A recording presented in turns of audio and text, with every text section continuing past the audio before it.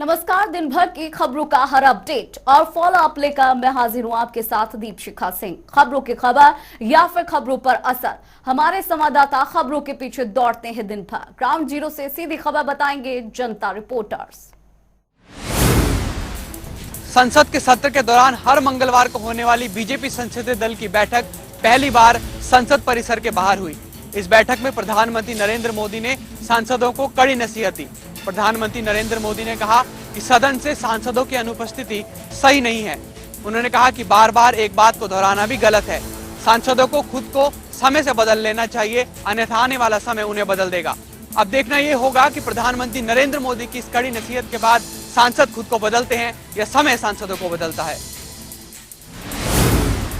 संसद के शीतकालीन सत्र के बीच बीजेपी संसदीय दल की बैठक बुलाई गई और इस मीटिंग में पीएम नरेंद्र मोदी, गृह मंत्री अमित शाह, रक्षा मंत्री राजनाथ सिंह के साथ बड़ी संख्या में बीजेपी के सांसद शामिल हुए। संसद में सरकार के खिलाफ विपक्ष की रणनीति को देखते हुए बीजेपी संसदीय दल की बैठक की भूमिका अहम मानी जा रही है। पीएम मोदी ने बीजेपी संसदीय दल की बैठक में सांसदों को कई सुझाव दिए। बीजेपी संसदीय दल की बैठक में मंगलवार को पीएम मोदी ने संसद के शीतकालीन सत्र में नहीं आने वाले सांसदों को फटकार लगाई। साथ ही पीएम ने आगामी 5 राज्यों में होने जा रहे विधानसभा चुनाव को लेकर जीत का मंत्र दिया।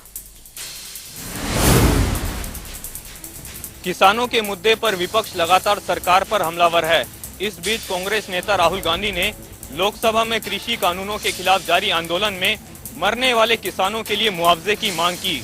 राहुल गांधी ने कहा कि आंदोलन में मरने वाले किसानों का डेटा सरकार के पास नहीं है, लेकिन ये डाटा कांग्रेस सरकार के पास है। राहुल गांधी ने दावा किया कि आंदोलन में करीब 700 से ज्यादा किसानों की मौत हुई है। उन्होंने कहा कि इन किसानों के परिवार वालों को सरकार मुआवजा और सरकारी नौकरी दे। कांग्रेस के पूर्व अध्यक्ष राहुल गांधी ने संसद में किसानों के मुद्दे पर केंद्र सरकार पर निशाना साधा। लोकसभा में राहुल गांधी ने किसानों का मुद्दा उठाते हुए कहा कि कृषि कानूनों के खिलाफ आंदोलन के दौरान मारे गए किसानों को मुआवजा दिया जाए। राहुल ने कहा कि सदन में कृषि मंत्री ने कहा कि उनके पास किसान आंदोलन में मारे गए किसानों का कोई डेटा नहीं है, लेकिन उनके पास आंदोलन में जान गंवाने वाले किसानों की लिस्ट है। राहुल गांधी ने दावा किया कि किसान आंदोलन में 700 किसानों की मौत हुई है, जिनमें से 400 किसानों के परिजनों को पंजाब सरकार ने 5 लाख रुपए की आर्थिक मदद दी है। साथ ही 152 किसानों के परिजनों को रोजगार भी दिया गया है। किसानों की तरफ से फिर मिली तारीख पर तारीख मिलते हुए नजर आ रहा है, क्योंकि सिंघू बॉर्डर पर 3 कृषि कानूनों को लेकर लंबे दौर तक रही बैठक, लेकिन बैठक में कोई निर्णय निकलकर सामने नहीं आया। किसानों की तरफ से फिर से मिली तारीख पर तारीख देते हुए किसान नजर आ रहे हैं, लेकिन कहीं ना कहीं जो है सरकार कुछ कदम जरूर आगे बढ़ा रही है। सरकार ने चिट्ठी भी भेजी है कि आप जरूर किसानों से बातचीत करने के लिए किसानों के तरफ से बातचीत जारी है, लेकिन कहीं ना कहीं जो सरकार ने भी कुछ कदम आगे बढ़ाए हैं, लेकिन जो किसान नेता है वो आगे बढ़ते हुए नजर नहीं आ रहे हैं। ऐसे में किसान नेता जो है वो आंदोलन को समेटने के मूड में दिखाई नहीं दे रहे हैं। फिर से कल की तारीख दी गई है और कल फिर क्या बैठक में रहने वाला है ये आने वाला वक्त बताएगा, क्योंकि 3 कृषि कानूनों पर देश के प्रधानमंत्री ने वापसी के बाद बैठकों का दौर जरूर जारी रहा है, लेकिन किसान नेता मूड में नहीं है कि किसान आंदोलन को समेटा जाए। किसान आंदोलन काफ़ी बड़ा होता हुआ नजर आ रहा है। ऐसे में कहीं ना कहीं कोई कुताही ना रहे, कहीं ना कहीं आंदोलन ना समेटा जाए, ऐसी कहीं ना कहीं रणनीति दिखाई दे रही है। एचपीएससी यानी हरियाणा पब्लिक सर्विस कमीशन में हुए गड़बड़ झाले के विरोध में मंगलवार को पंचकुला में कांग्रेस ने बड़ा विरोध प्रदर्शन किया। हरियाणा कांग्रेस के प्रभारी विवेक बंसल और हरियाणा कांग्रेस की अध्यक्ष कुमारी सैलजा के नेतृत्व में हुए इस प्रदर्शन में कांग्रेस के तमाम पदाधिकारियों और कार्यकर्ताओं में काफी जोश और उत्साह नजर आया है। मंच पर कुमारी सैलजा और विवेक बंसल के साथ किरण चौधरी, रणदीप सिंह सुरजेवाला, कैप्टन अजय यादव समेत तमाम बड़े नेता मौजूद थे। हालांकि आज के इस कांग्रेस के इतने बड़े विरोध प्रदर्शन में भी नेता विपक्ष और पूर्व मुख्यमंत्री भूपेंद्र सिंह हुड्डा समेत उनके खेमे के माने जाने वाले कई विधायक नदारद रहे हैं। हरियाणा कांग्रेस के प्रभारी विवेक बंसल का कहना है कि भूपेंद्र सिंह हुड्डा ने इस मामले में उनको सूचित किया है और पारिवारिक कारणों के चलते वो आज के इस कार्यक्रम में शामिल नहीं हुए हैं।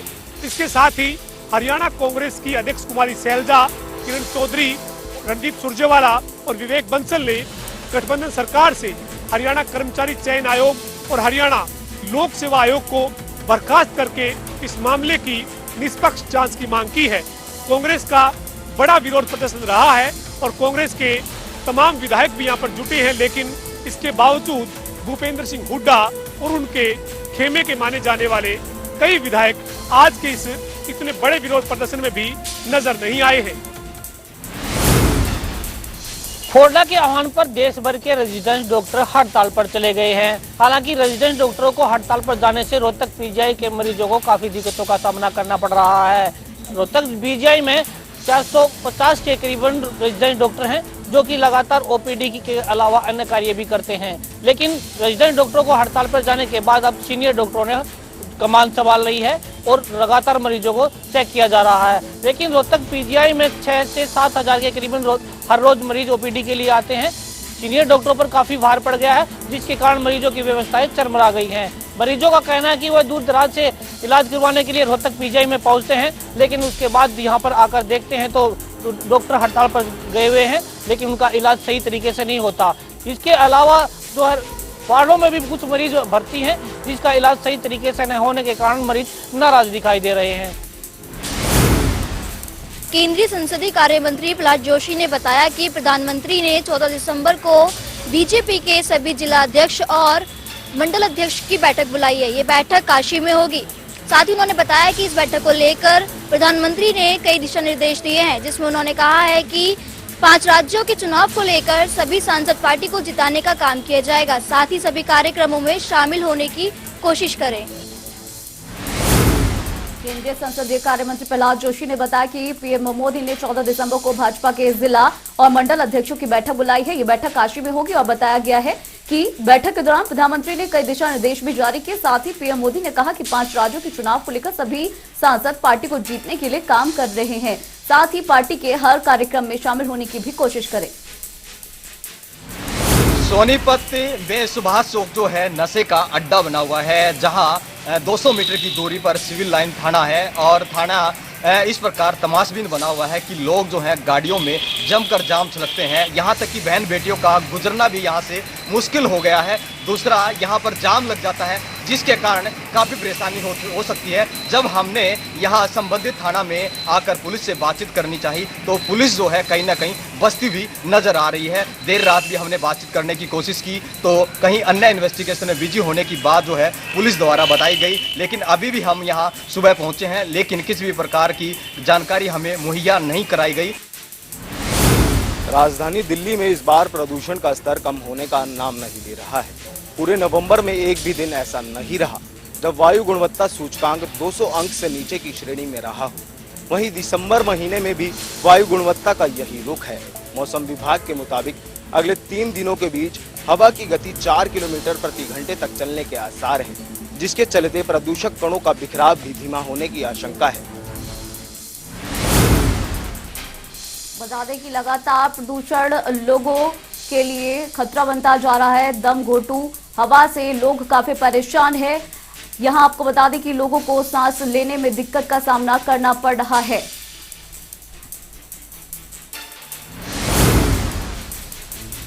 दिल्ली में कोरोना के नए वेरिएंट ओमिक्रॉन वायरस की घुसपैठ हो चुकी है। इससे एनसीआर में ओमिक्रॉन के मामले आने की संभावना बढ़ गई है। हालांकि संबंधित विभाग कोरोना की तीसरी लहर को देखते हुए पहले से ही तैयारियों का दावा कर रहा है, लेकिन लोगों द्वारा बरती जा रही लापरवाही आने वाले समय में बड़ी समस्या खड़ी कर सकता है।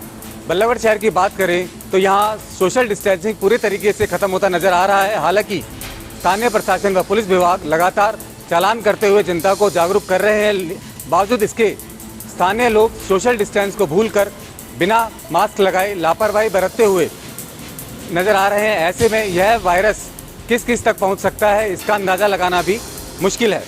लोग बिना मास्क के ही घर से निकल रहे हैं। बाजार में बिना मास्क और भीड़ के बीच सोशल डिस्टेंसिंग का नामो निशान कहीं नजर नहीं आ रहा, जिससे आने वाले समय में लोगों द्वारा बरती जा रही यह लापरवाही जिले वासियों के लिए कितना खतरा पैदा कर सकती है, यह देखने वाली बात है।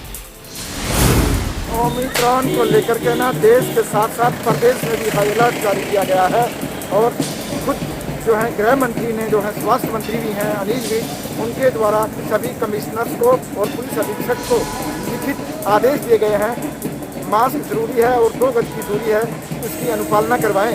लेकिन यहाँ लोगों के पास ना ही तो मास्क है और ना ही 2 गज की दूरी है। हालांकि पुलिस प्रशासन मुस्तैद है, चालान भी काट रहा है, लेकिन फिर भी लोग जो है ना ओमिक्रॉन से डर रहे हैं और ना ही कोरोना से डर रहे हैं। जबकि पुलिस भी मुस्तैद खड़ी हुई है, उसके बावजूद भी लोग जो है मास्क का इस्तेमाल नहीं कर रहे हैं, ना ही 2 गज की दूरी है। ऐसे में अब वो दिन दूर नहीं कि जब जिस तरह से कोरोना ने पैर फैलाए थे, इसी तरह से अब ओमिक्रॉन भी जो है वो हिंदुस्तान के साथ साथ हरियाणा में भी जो है वो जल्द पैर पसारने की संभावनाएं जो है वो दिख रही हैं। इस तरह से लोग लापरवाही कर रहे हैं। उत्तर प्रदेश में लगातार कोरोना का ग्राफ बढ़ता हुआ नजर आ रहा है। जैसे ही दिसंबर का आगाज हुआ, कोरोना के केसेस में भी बढ़ोतरी होती हुई नजर आ रही है। बात करें मंडी जिला की, तो मंडी में जैसे ही दिसंबर का आगाज, ठंड का आगाज शुरू हुआ, उसी के साथ मंडी जिला के नवोदय स्कूल में, जो कि एक बोर्डिंग स्कूल है और मंडी जिला के पंजों में ये स्कूल पड़ता है, वहां पर लगातार बच्चों के पॉजिटिव आने के मामले जो है सामने आए हैं। बात करें कुछ दिनों की, तो 1-2 दिन पहले भी वहां पर 35 बच्चे एक साथ जो है कोरोना पॉजिटिव पाए गए थे। वही बात करें पिछले दिन की, तो पिछले दिन भी 40 बच्चे, एक जो बहुत बड़ा आंकड़ा होता है, वो भी कोरोना पॉजिटिव का सामने आया है। इसमें सभी बच्चों को जो है नवोदय स्कूल में आइसोलेट कर दिया गया है। कहीं ना कहीं प्रशासन के लिए भी एक चिंता का विषय बना हुआ है कि जिस तरह से तकरीबन 2.25 साल के बाद, कोरोना काल के बाद स्कूलों को खोलने के जो निर्देश सरकार द्वारा दिए गए थे, लगातार बच्चों का पॉजिटिव आना कहीं ना कहीं चिंता का विषय है। कोरोना की तीसरी लहर को लेकर के नारनौल स्वास्थ्य विभाग पूरी तरह से सतर्क है। मैं हूं इस समय नारनौल के नागरिक अस्पताल में। स्वास्थ्य विभाग द्वारा नारनौल के नागरिक अस्पताल द्वारा पूरी व्यवस्थाएं की गई है। आईसीयू वार्ड ये बनाया गया है ताकि कोरोना की तीसरी लहर में कोई मरीज आता है और गंभीर स्थिति में है तो उसका यहाँ पर इलाज किया जा सके। लेकिन सबसे बड़ी बात यह है कि करोड़ों रुपए की लागत लगने के बाद भी यहाँ स्पेशलिस्ट डॉक्टरों की आज भी कमी है, क्योंकि आईसीयू वार्ड चलाने के लिए यहाँ जो ऑक्सीजन जो जितनी मात्रा में मरीज को दी जाती है उसके लिए स्पेशलिस्ट डॉक्टरों की ज़रूरत होती है, लेकिन वो डॉक्टर अभी तक यहाँ पर नहीं है, उनके पद रिक्त हैं। ऐसे में करोड़ों रुपए की लागत से बनाया गया आईसीयू वार्ड देखा जाए तो बिल्कुल नकारा साबित होगा जब तक स्पेशलिस्ट डॉक्टर यहाँ नहीं आएंगे। अब देखने वाली बात है कि स्वास्थ्य विभाग और हरियाणा सरकार इस वार्ड के लिए स्पेशल डॉक्टरों की नियुक्ति कब तक कर पाती है, क्योंकि अब तीसरी लहर की आशंका लोगों को सताने लगी है। हिमाचल प्रदेश में पिछले 2 दिनों से मौसम खराब रहने के बाद आज मौसम साफ बना हुआ है और धूप खिली हुई है। प्रदेश में हुई बर्फबारी के बाद बाहरी राज्यों से पर्यटक भारी तादाद में कुफरी और नारकंडा की तरफ आ रहे हैं और बर्फ के बीच खूब मौज मस्ती कर रहे हैं। लेकिन इसके साथ साथ ही बर्फबारी होने के बाद सड़क पर फिसलन बहुत ज्यादा बढ़ गई है, जिसके चलते प्रशासन ने सभी लोगों को एहतियात बरतने के निर्देश दिए हैं, जिससे कोई सड़क दुर्घटना ना हो। इस समय मौजूद है समालखा गांव के आसपास, जहां पर शहर का पूरा पानी यहां पर आता है।